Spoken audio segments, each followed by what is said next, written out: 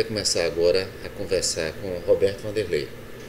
Roberto Vanderlei, além de meu amigo, é juiz federal da primeira vara da seção judiciária do estado de Pernambuco, professor universitário da Universidade Federal de Pernambuco, da Universidade Católica de Pernambuco, tanto da graduação quanto também do mestrado.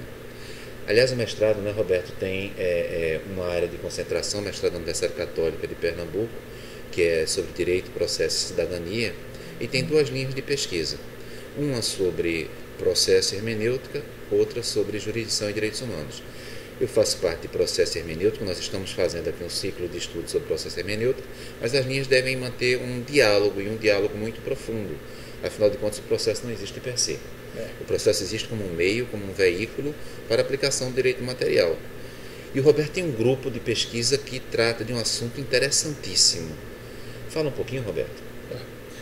O nosso grupo de pesquisa atende pelo título Direitos Fundamentais e Modelos de Efetivação, e dentro desse grupo, em que vários pesquisadores atuam com diversas linhas, eu me dedico à questão da inclusão social no direito. Inicialmente, é preciso levar em consideração que essa pauta ela é interdisciplinar e, portanto, embora não desconheça a dogmática, ela avança um pouco no sentido da criatividade, dos fomentos da interpretação dos fatores sociais, como forma de alavancagem dos princípios ativos presentes na Constituição, a fim de dar vida a esses dispositivos principiológicos que marcam o Estado de Direito, o Estado de Direito democrático, basicamente, marcado pela supremacia dos direitos humanos. Agora, a questão da inclusão, ela é originariamente construída pelas ciências sociais. O que o direito está fazendo é uma incursão interdisciplinar com outras disciplinas, no sentido de incorporar os saberes já consolidados na área da educação, ciências sociais, sociologia e tudo mais. Esse era um déficit observado até muito recentemente entre os juristas, muito em função da internação constitucional da Convenção sobre os Direitos das Pessoas com Deficiência, em 2008, o único tratado de direitos humanos que o Brasil incorporou com aquele quórum especial nas duas casas congressuais, Senado e Câmara, 3/5, traduzindo que todas as cláusulas presentes na Convenção de Nova York são normas constitucionais propriamente ditas. E em se tratando de Carta de Princípios, direitos humanos relacionados com as pessoas com deficiência, essas cláusulas são pétreas, elas são imutáveis, elas não são sujeitas sequer à revisão constitucional, e pouca gente sabe disso. No ano passado eu fiz uma palestra sobre reserva de vagas para pessoas com deficiência na magistratura. Tínhamos assim um auditório de em torno de 100 magistrados do Brasil inteiro, até ministros de todas as organizações judiciárias, e, para minha surpresa, ninguém tinha aparentemente conhecimento desses dispositivos. Existem ministros no Brasil com portadores de deficiência? Eu conheço o ministro Sérgio Cuquina, ele é amputado do braço e foi recentemente alçado ao STJ.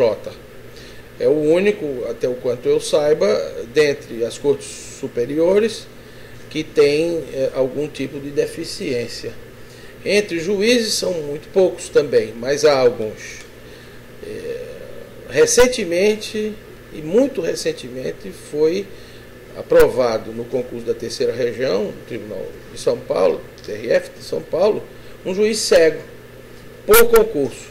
Aliás, o primeiro e único concurso, dentre todas as organizações judiciárias do Brasil, desde a Constituição de 88, que reservou vagas para pessoas com deficiência nos quadros de magistratura. A legislação brasileira, ela como se comporta diante dessa situação de pessoas portadoras? A legislação brasileira é avançada, é contemporânea, ela se antecipou até a norma convencional que foi editada, assinada pelos países partes em Nova York em 2006, e no Brasil foi internalizada como norma constitucional propriamente, não meramente uma supralegalidade. Mas antes disso, a Constituição já preconizava direitos especiais no sentido da promoção e da emancipação dos direitos das pessoas com deficiência. Porque interessante é que as pessoas com deficiência formam a maior de todas as minorias. Só para você ter uma ideia, pelo último censo de 2010, oficial, dados oficiais, e se imagina que esses dados nem correspondem à exata dimensão do quantitativo demográfico dessas pessoas. O IBGE sinalizou para 1/4 da população brasileira. Não é uma população, não é uma quantidade desprezível de pessoas. E, no entanto, esses 47 milhões de brasileiros vivem à margem dos benefícios que a sociedade oferece em geral para as pessoas. E aí, na maior parte das vezes, essas pessoas são alijadas do processo de construção social, são tratadas como peso ou custo social, em vez de exercitar como deveriam e como poderiam, em face de determinadas composições, compensações, adaptações razoáveis, em face de um posicionamento inclusivista que a Constituição exige, mas que nem os profissionais do direito conhecem de forma balizada. Só concluindo. Então, essas pessoas ficam dentro de casa. Essas pessoas não exercitam o seu protagonismo. A tua disciplina, Direito Inclusivo, qual seria o título da tua disciplina? Essa disciplina foi inicialmente gestada por um pensamento sensível do professor Manuel Severo, que já nos deixou. Um dos fundadores do programa e um homem a quem nós devemos muito. E ele, porque era juiz do trabalho, ele tinha uma vocação especial de valorização da hipossuficiência, né? Dos cidadãos hipossuficientes por razões econômicas, sociais, não exatamente por razões decorrentes da condição ou sequer da etnia e tal. Então ele criou uma disciplina que na época se chamava, e que eu conduzi desde o início, chamava Proteção Processual aos Hipossuficientes. O objetivo era nobre, mas a nomenclatura era inteiramente escolada da terminologia e da principiologia ativa para a ciência da inclusão social. Não é? Então, a hipossuficiência é, na realidade, um arquetipo de natureza economicista e que não marca, naturalmente, nenhuma variável para a cidadania. E como essa disciplina vem sendo recebida pela comunidade recifense, nordestina? Como é que ela vem fluindo? Já tem cerca de 10 anos a disciplina. A melhor referência que nós podemos levantar em torno dessa evidência é auditar os egressos dela, da disciplina. Os ex-alunos são os maiores protagonistas desse programa. Pode perguntar a qualquer um deles, sem exceção, passaram a ter uma visão inteiramente diferente e mais amplificada, até mesmo das questões de mercado, até mesmo das suas visões de mundo como profissional de direito. Eles aprendem a exercitar a interpretação do fato antes mesmo de buscar uma subsunção, muitas vezes feitas a toque de caixa, precipitadamente, e que gera uma ciclotimia que é a injustiça replicada, não é? E os trabalhos monográficos? Poderia citar alguns trabalhos monográficos que no curso desses 10 anos se destacaram na tua perspectiva? Bom, nós estamos em um processo de construção. Inclusive, um dos meus objetivos, e que já está, de certo modo, retardatário, mas de todo modo não se pode classificar como retardatário uma disciplina que está em permanente construção. Não é? Eu apenas não encontrei o ponto de otimização para fechar o circuito de uma produção bibliográfica que fosse de fato emblemática de uma nova disciplina, não é? Que vai marcar exatamente o pioneirismo que nós já exercitamos na parte acadêmica, não é? Nós somos o primeiro programa de pós-graduação e mesmo de graduação em Direito que incorporou em seus fundamentos, em sua grade, essa matéria. No Brasil não existe. Não. Nós temos ciência da inclusão atrelada aos estudos da área de saúde, da área da arquitetura, que é um campo bastante fecundo. Quer dizer, conceitos como desenho universal o conceito de desenho universal veio da arquitetura norte-americana, em função, por exemplo, dos rescaldos da guerra, né? Depois da guerra do Vietnã, os americanos começaram uma campanha muito intensa contra a guerra por conta dos seus salvados, dos mutilados de guerra, das pessoas que passaram a sofrer depressões severas e voltaram para o país de uma forma inteiramente mutilada, tanto material quanto formalmente falando. E a sociedade cobrou, e as ciências nos Estados Unidos desenvolveram técnicas chamadas tecnologias de assistência, que vieram ao encontro dessas necessidades decorrentes de sinistros que produziram, vamos dizer assim, limitações permanentes nas pessoas que participaram das guerras. Então, por exemplo, a internet é uma construção da própria guerra. A tecnologia assistiva, que é uma ferramenta científica pela qual todo programa, toda atividade, todo desenho industrial tem de ser concebido para acolher e ter um manuseio da parte de todos. Qualquer que seja o usuário, ele tem de ser contemplado no momento da construção ou da edição do programa. Vou dar um exemplo muito clássico entre nós mesmos e atual também. Processo judicial eletrônico. Se eu te disser uma coisa, talvez você vá se surpreender, mas o processo judicial eletrônico, tal como concebido em nosso país, por todos os tribunais, ele é rigorosamente inconstitucional. E não poderia ser exercitado um único dia sequer com essa cláusula da obrigatoriedade. Por quê? Porque eles são concebidos como ferramentas de tecnologia da informação baseado numa plataforma imagética. Os arquivos que compõem a estrutura lógica dos programas e dos sistemas do processo judicial eletrônico são em grande medida imagéticos. Os cegos não leem imagens, a não ser que esse programa, que o sistema, tivesse concebido programas periféricos de apoio à acessibilidade comunicacional. Por exemplo, audiodescrição, mesa de termação, suporte humano, inclusive, para fazer a leitura circunstancial daquilo que o cego, por exemplo, a pessoa de baixa visão não consegue ver.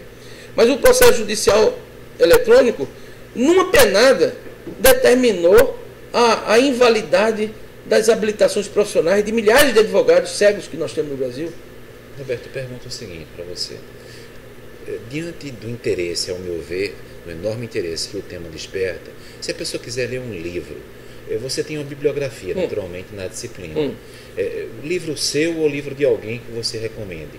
Qual seria a bibliografia básica? Na área do direito, os livros que nós catalogamos, e ainda muito rarefeitos... Livros, artigos?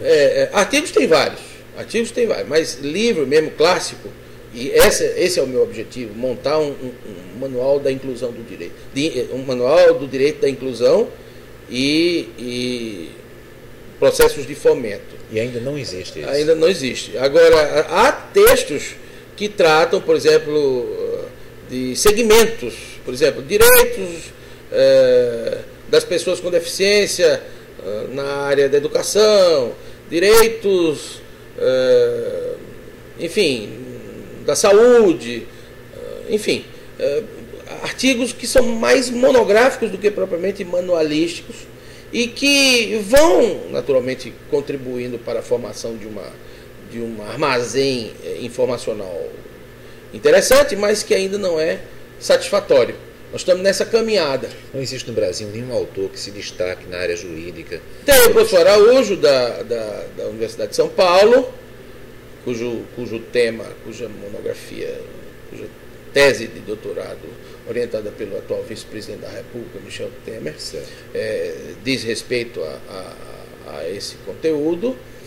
E tem alguns mais que tratam do assunto, mas muito mais como periferia da teoria constitucional, não é? Ou dos direitos humanos, mas não com esse foco sentidamente inclusivista, que é a raiz epistemológica de nossa atuação. E o poder legislativo, diante dessa ausência de livros, de manuais, de cursos, e só presença de algumas monografias, no caso do Brasil, isso vem despertando interesse na população ao ponto de o legislativo tratar o assunto da maneira como deveria ser tratado? Olha, está havendo um movimento bastante denso da parte da sociedade civil organizada, no sentido da luta pela conscientização dos direitos fundamentais das pessoas com deficiência.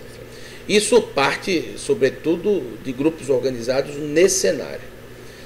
Há uma série de problemas... Parece que o termo que você utilizou, digamos assim, há uma discussão de termo. Pessoa deficiente... Não existe. Ninguém é deficiente. Todos somos e todos não somos. Então o termo ninguém mais adequado seria... O termo é pessoa com deficiência. Perfeito. Esse é o termo universalmente eleito pela ONU e por todos os países partes e que derivou de estudos aplicados que datam de mais de 30 anos. A convenção não foi o produto não foi uma engenhoca tirada de algum aventureiro, não. A Convenção sobre os Direitos das Pessoas com Deficiência são a plataforma de direitos humanos mais retardatária que existe. A própria Declaração Universal dos Direitos Humanos é uma declaração retardatária do pós-guerra e a Era dos Direitos das Pessoas com Deficiência é ainda mais retardatária e começou em 2006. Só que ela antecedeu um grupo de trabalho, um movimento mundial, que é a Ação Mundial da ONU pelos Direitos das Pessoas com Deficiência, que durou mais de 30 anos, com grupos de todos os países. 2006. 2006 é a data da assinatura formal e solene na ONU da Convenção sobre os Direitos das Pessoas com Deficiência, que sintetiza não só a base terminológica com que as pessoas com deficiência passam a ser definidas, e conceitual, sobretudo, porque a Convenção de Nova York tem um predicado que é revolucionário do ponto de vista cultural e jurídico, e que poucas pessoas atentam para isso, até em função do que se revela em face de uma nomenclatura, vamos dizer assim, anacrônica, que insiste em ser ingenuamente utilizada. Só para você ter uma ideia, o próprio texto constitucional não foi ainda revisado por uma emenda de revisão adequada que dê a ele a atualidade, a contemporaneidade exigível pela norma convencional, que é constitucional. Existe alguma proposta de emenda? Tem, mas ainda não saiu do papel. E quais seriam as novidades que essa proposta traria para o novo texto? Começa da leitura, né? Por exemplo, vamos ver a expressão pessoa portadora de deficiência inteiramente fora de propósito. Ela é a antinomia do que é categorizado pela Convenção em termos de... Que a Constituição fala em deficientes, idosos... É pessoa com deficiência. As pessoas com deficiência são marcadas por uma limitação permanente, seja de natureza física, intelectual, sensorial, múltipla, psicossocial, não interessa, ou múltipla. O único marco de diferenciação que eles têm é uma limitação permanente. As pessoas não são deficientes. As pessoas estão deficientes em função da falta de aparatos tecnológicos ou ambientais que deem a elas as condições de igualdade para que produzam e vivam do mesmo modo como qualquer outra pessoa. Então. E essa é a exigência. O que há de diferença, que eu estava dizendo, é o seguinte, que antes da Convenção de Nova York, as pessoas com deficiência eram tomadas em função das causas da própria deficiência. Então você é deficiente porque você é aleijado. Você é deficiente porque você é doido. Você é deficiente porque você é cego. Não é? Ou o que for. Não. Hoje você é deficiente porque a sociedade não lhe garante Certo. as condições de inclusão. Então, o Aliás, paradigma eu queria clínico... interromper só nisso. A minha avó, muitas pessoas não sabem, ela tinha deficiência nos 2 pés. E às vezes ela Limitação. chamava de aleijada, Pois o é. termo que você utilizou. É. E isso talvez provocasse nela mais dor Pois é. do que a própria... Não, o bullying deficiência. um bullying é um fenômeno deletério de uma sociedade injusta, desigual, preconceituosa, que não sabe reprimir adequadamente esses preconceitos. Aliás, a barreira atitudinal, que pode ser determinada, e geralmente é determinada pelos preconceitos, são as barreiras mais inexpugnáveis e mais difíceis de serem enfrentadas e superadas, porque não se sabe quem os pratica, de onde vem e em que intensidade essa ação. Isso me remete a uma questão, ao meu ver, extremamente significativa, que é, se no ponto de vista legislativo nós não estamos tão mal assim, embora possamos melhorar, as leis não existem por si só. As leis elas são aplicadas, Claro. ou em função de um comportamento social, de uma mentalidade social de não preconceito, de maneira voluntária, ou de maneira coativa. O Poder Judiciário, como ele vem se comportando Mal. e a sua jurisprudência? Mal. Por quê? Justamente falta de conhecimento. Falta de conhecimento associado a uma carga preconcebida que está inoculada nas gerações de juízes que se sucedem nos concursos que alijam do processo as pessoas com deficiência. Peguemos casos Clássicos concretos ou do Supremo. paradigmáticos. Do Supremo. Recentemente, nós temos lei que manda que as TVs abertas, as TVs comerciais, as televisões comerciais, estabeleçam um determinado percentual de hora de transmissão para a veiculação da programação geral, qualquer que seja ela, com a janela de libras e sistema de audiodescrição, para permitir que os cegos participem e os surdos também participem dessa programação. Há uma lei, por exemplo, federal, que determina que toda programação política tem de ser veiculada, qualquer que seja a emissora, com audiodescrição e janela de sinais. Você assistiu recentemente uma campanha presidencial da República. Em qual daquelas transmissões você viu a janelinha de sinais de libras ser aberta? Rigorosamente nenhuma. Em alguma das propostas Nenhuma. presidenciais houve... Porque sim, porque se trata de 1/4 da população. 1/4 da população que vive como peso social. Então, e as pessoas não têm... Algum candidato a presidente chegou a colocar da maneira que vocês consideram Não, adequada? não. Quem chegou um pouco perto e muito mal foi o que perdeu, o Aécio. Mas, que foi orientado a botar. Nós temos uma página nessa área. Qual é o interesse da página? O interesse da página é difundir. O endereço também para as pessoas que... O endereço da página é um ministro pessoa com deficiência no STF. Então, Entendeu? O pretexto é esse, mas o objetivo é muito maior do que isso. certo.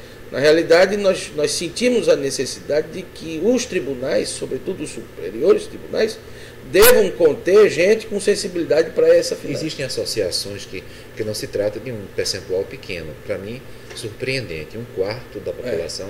Não, é muito mais do que isso. Se você soma com as famílias, os parentes, filhos, você vai para mais da metade da população brasileira. Esse povo não pode ser desassistido e, no entanto, é tratado como inválidos. Mas não estão organizados. Não estão organizados justamente porque são excluídos. Eles preferem... Uma pessoa cadeirante, por exemplo, como vai sair de casa para quê? Para sofrer horrores? As calçadas... Eu tenho o professor Francisco José de Lima, que é da Universidade Federal, fundador do Centro de Estudos Inclusivos.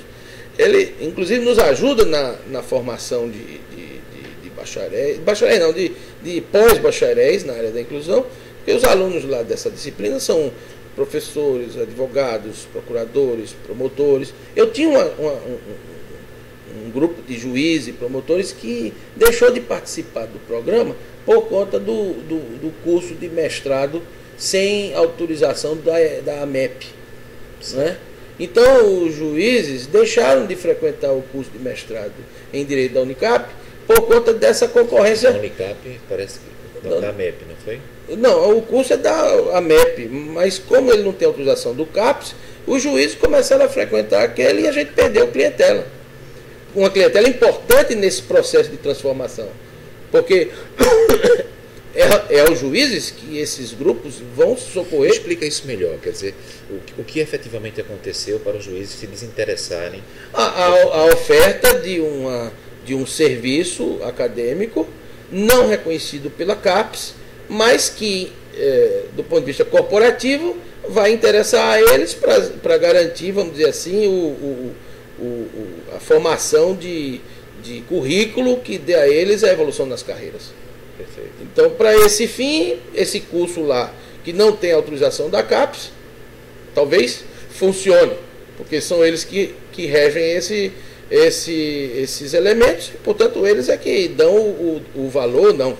Mas, para efeito do Estado brasileiro, esse programa aí não concede título de mestre. Internacionalmente, quer dizer, se no Brasil nós estamos com dificuldades em relação à jurisprudência, pelo que eu sei, dificuldades importantes, você estava falando sobre a decisão do Supremo e vai continuar, qual foi a conclusão? Eu pergunto, e o exemplo internacional? Os países estão geralmente... Se pudesse terminar a questão do Supremo para passarmos em seguida. Tá bom. O que aconteceu foi o seguinte, então a ABERT, que é a associação dessas empresas de televisão, propôs uma ação direta de declaratória de inconstitucionalidade na Suprema Corte, e o ministro Marco Aurélio concedeu a liminar suspensiva dos efeitos de uma decisão, de uma legislação inclusivista basicamente constitucional. Qual foi o argumento? O argumento foi meta-jurídico. O argumento foi o de que a implantação da audiodescrição e da janela de sinais importaria num custo adicional sobreexcedente e insuportável de ser honrado pelas empresas.